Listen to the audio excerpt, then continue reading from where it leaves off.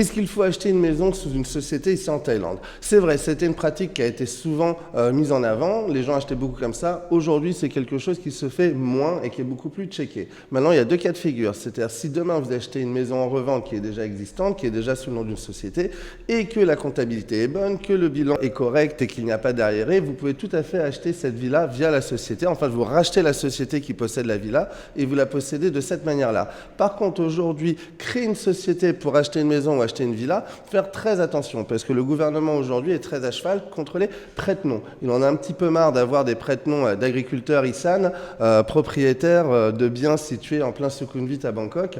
On sait très bien que c'est pas possible. Donc aujourd'hui, créer une société, c'est tout à fait possible, mais l'important c'est d'avoir des vrais prête-noms, d'avoir des personnes solvables et non pas le chauffeur de tuk-tuk ou des gens comme les avocats faisaient avant. Donc on reprend.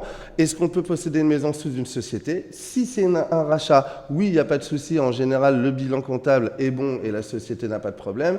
Par contre, créer une société pour acheter un terrain ou une villa, c'est possible, mais attention, il faut des vrais prête-noms parce que vous allez être checké.